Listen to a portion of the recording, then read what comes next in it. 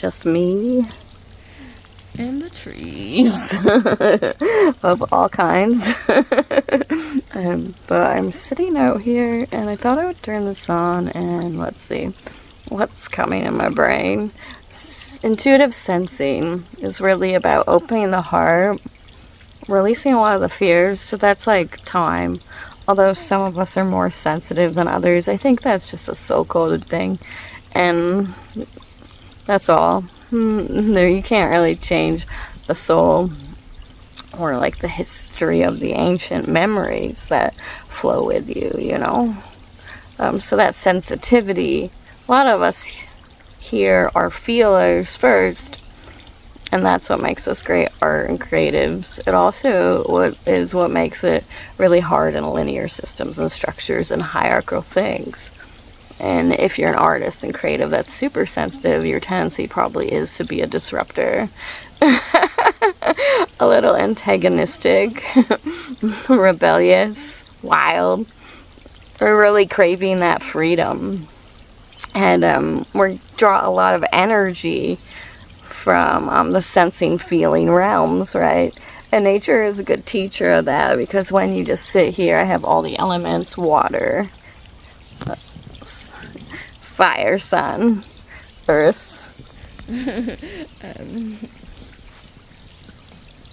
air, you know, all those elements mixing together.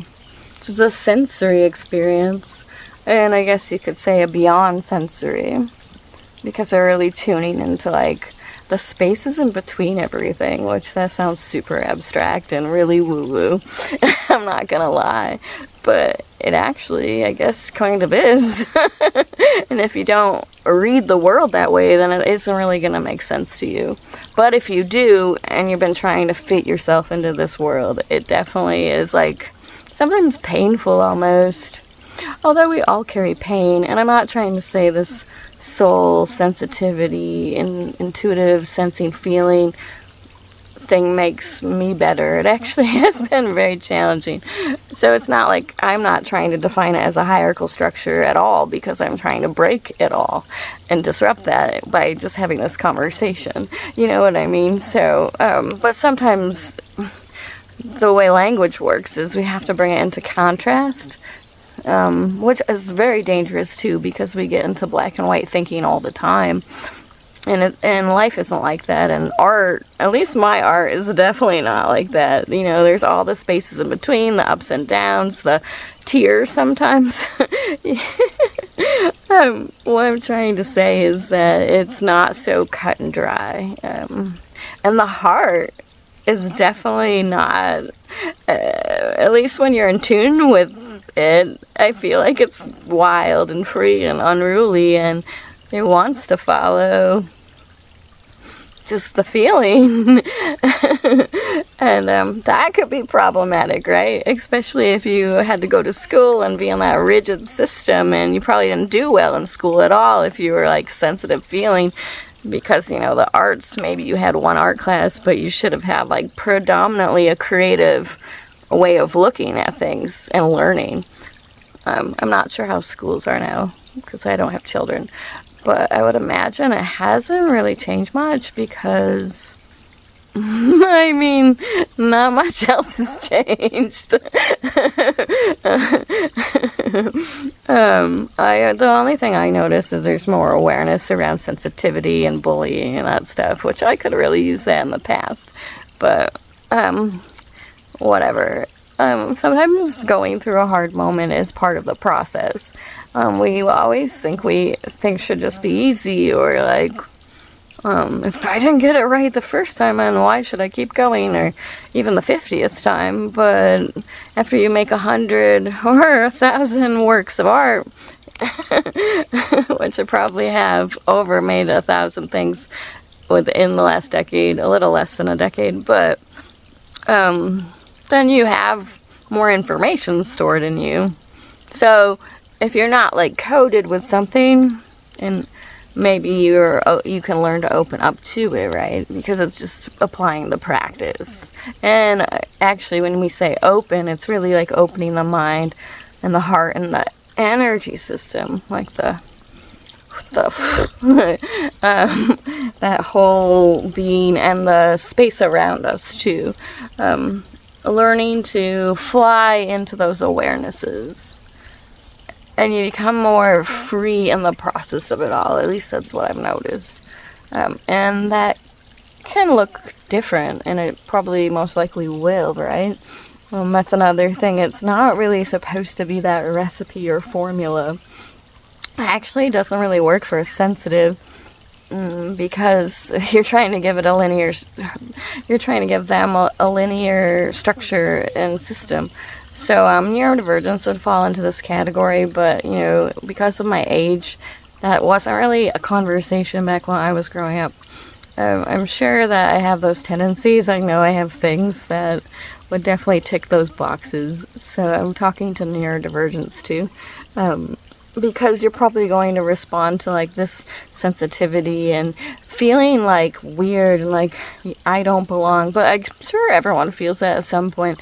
But like to an extreme almost, because you're entering an environment and you're picking up on all of those little sensitivities and you're like feeling the spaces in between, and there's just more information there. I don't know.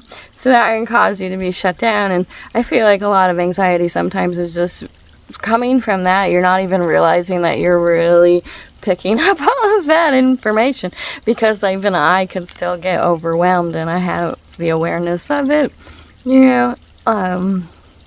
So it's learning to how to be with yourself in those kinds of situations. And then the way to like kind of acclimate all that is to practice, and then to find like safe people, and then practice within the space with those safe people, in the sense of like it makes it a little easier to like then take on all the stuff.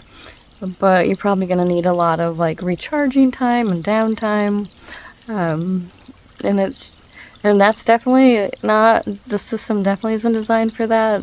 Because it's like, go, go, go, make the thing.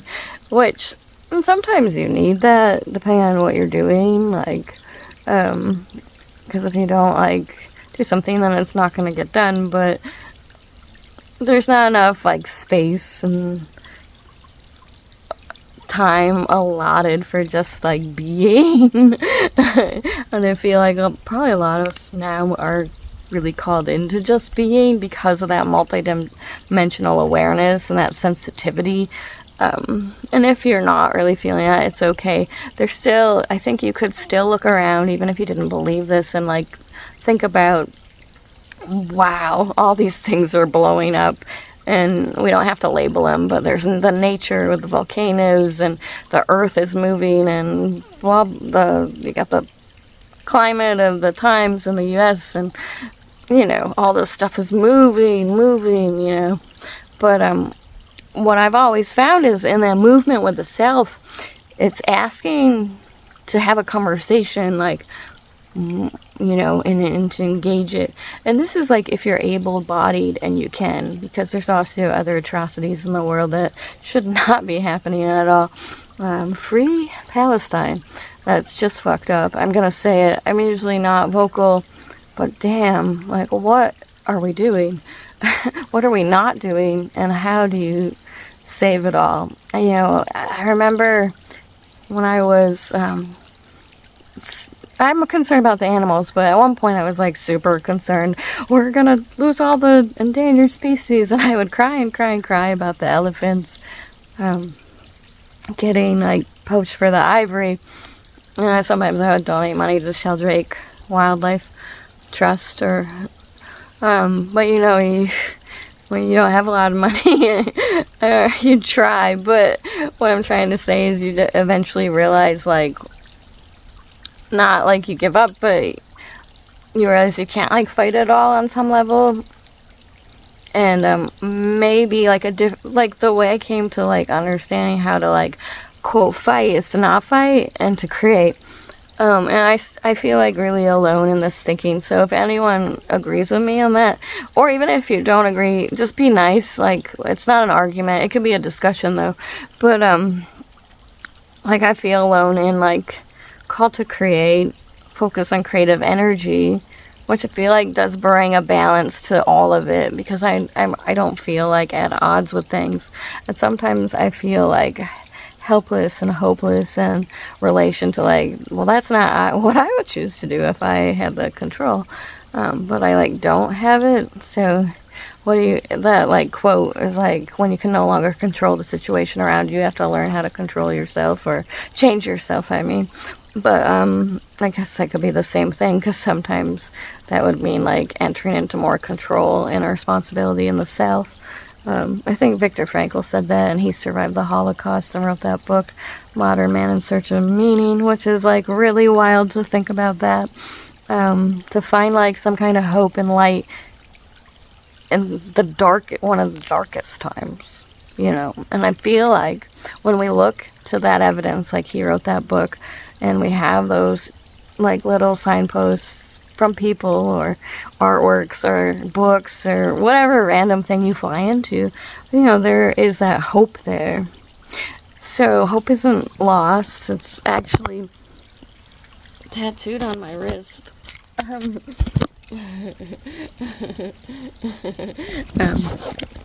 I tattooed that when I was 26 and I was going through hell on earth. That's all I'll say. But hi, here I am. So that's another thing to speak to, the survival of something. And of course, I want to say one thing. I still consciously chose some situations. So like, I've come to find that on some level I chose to be there. But it wasn't the best situation, so I could have made a different choice, right? But what I'm trying to say by that, and I don't even mean to bring it up, because I don't really even feel that pain like I used to. I don't really feel any pain now after being broken so many times and rebuilt through everything. I feel so powerful and like strong internally that try to break me, go ahead. You can't. That's a good thing about that whole situation and coming back around and spiraling deeper into myself, is that I'm ready. I'm not kidding. Which so yeah, there's strength in returning to ourselves and learning to heal through it all, and I mean all of it, and find forgiveness for ourselves and then for the other. I feel like that's important. That was an important part of my journey. I understand there's like a different conversation out there about like maybe why you shouldn't, and I really do feel like all these things are individual choices. Just like we make a mark, or we want to just use chromatic color and we don't really like neutrals. Not like we don't understand them or appreciate them, it's just like not the thing that we're inclined to do. It's the same thing with all these things. I chose like the forgiveness internally, and I don't even mean that in a religious sense, which, and then externally too, because I didn't want to carry all that stuff with me anymore. Do you know what I mean? So that's like, it literally does become a choice. And I didn't see that when I was in like some of my deepest pain, especially when I was younger. And you know, choices you can always still make, not the best one. Or one that you really thought in your heart was so right, and then it like fizzled away and you were confused. Or one, you know, sometimes you can't make the choice because of everything else around you, but you have to make the choice to like just chill. So it's really learning to acclimate, attune into those like wider awarenesses. And like when I want to come out here and get the space and like breathe this all in, you know, well, I want to do that in my body. So that's why nature is a great teacher. Also, if we're sitting on rocks, that one's not very stable chair. My rock chair is not stable. Well, you know, can ground into earth and like, kind of become one with it if the more you sit here. And then just listen to the water and kind of get lost in that water's emotions and the heart. you know, the sacred waters of life. And we're a part of that, which is pretty cool when you think about it all. Like when it starts to mirror you back, or if you've ever mirrored with somebody really intensely, like in a moment, you kind of like just start to blend into everything. And that's cool. But I just wanted to talk about this because this is like who I am. What I think about. It's deep and it's weird, and it isn't for everyone. Oh, let's sigh that out. If you ever felt that so alone and lost because of what you believe or the way you want to make your art or whatever stupid fucking thing it is, well, so have I, and you're not alone. But the thing that I learned the most is you really just have to say, fuck it. And keep going. And it's true. And you'll find people that really receive you in the process. I found this year, like, I made a secret promise to myself, and I guess I'll tell you now since I called myself out. But I said, in regards to like social media and trying to get subscribers or followers, whatever, I said I don't care anymore. I'd rather just have one person that really loves what I'm doing and who I am, and not have like these things that I'm trying to keep, because I don't even know what they are sometimes. And I swear to you, I made that silent declaration in the beginning of the year because I've just always been so afraid of the acceptance piece, because it's been hard for me my whole life. I'm sure it's been hard for a lot of you though, so I'm not trying to like say anything, but that was really in the way of me coming out, like letting it still fester and foster. And you know, when you get betrayed over and over in your life, or you know, or bullied for a while, or abused in any kind of way, it's hard to come back online, but it is possible. And this is, well, I guess why I'm making this video. I don't know, I'm just rambling now, but yeah, I think I represent the possibility of you can turn to face yourself, you can start to heal, and you don't have to follow like my woo-woo path, but you could find your own, whatever works for you, and then you could tell your story, you know, because I'm just telling my story about what it is for me, and it's always been a little outsider and fringe in every area, so I finally accepted that this year too. That is relieving. I'm like, this is just who I am. And I think for a while I got caught up in the trap of thinking it has to be like this and blickety blah, whatever all that story is. But I'm just really living into the truths of the awarenesses of what it is for me, including the hard stuff. But I'm not trying to lament the stuff. I'm trying to actually let it all go. But for me, talking about it helps. It helps kind of release it. And then if it helps one person, it will be worth it. And I know I have already helped more than one person, so I'm doing pretty good. But sometimes these metrics, the things we measure ourselves against, it's just not like, that isn't the reality. Do you know what I mean? Like, you can be just fine in a small way, doing a lot. And you need to remember that you're doing those things, and it doesn't have to be like this grandiose thing, because we can get lost in that so much, or at least I know I have, and it really like also shut me down. It burnt me out a little bit too. I'm not gonna lie. So it's learning how to like tend to all of that, which can be like a super lot. Plus, if you're an artist and you're doing it more than for just a process, that becomes a whole nother thing, you know. So there's all these different layers and levels to tending to ourselves, and there's so many ways we can do that, right? Like, we have a choice to do that for ourselves, and because we are a reflection of this, you know. So and that's why I never believed in fighting for things in extreme way, because I thought it was all about like realizing like the more I love myself and the more I heal and the more I remember that I'm a reflection of this, then that will naturally ripple out into the memory field of all consciousness. But I don't need to know if it does or doesn't. It's cool when I do, though. And that's what creation and creativity is doing, like, all the time for us, which we need to remember, I think, and like pay homage to this like beautiful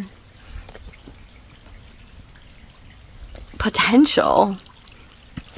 And that's what I'm interested in, going and moving into those directions, just like the truths of what it is for me. And then I always love to talk about sovereignty and autonomy, which that means like I, Natalie, believe in these things, and you, blah blah blah, whoever you are, person out there, you believe these things. But it doesn't mean we have to fight about it. It means we can find the middle ground and like a common ground, and kind of be like, oh, this person is interesting because of XYZ, not, you know, my enemy. And even though they believe XYZ, and I definitely don't believe that, that doesn't mean there isn't like a love, or there, and because that's where like the judgment stuff starts to like creep in. Because what are we fighting for? Like, if we're fighting each other, we're not able to really focus on like how do we like take care of her and her, you know, how do we just take care, because if we're taking care of ourselves in all these capacities, then we're naturally taking care of everything. Anyway, that's my little nature spiel, and I think I'll post it.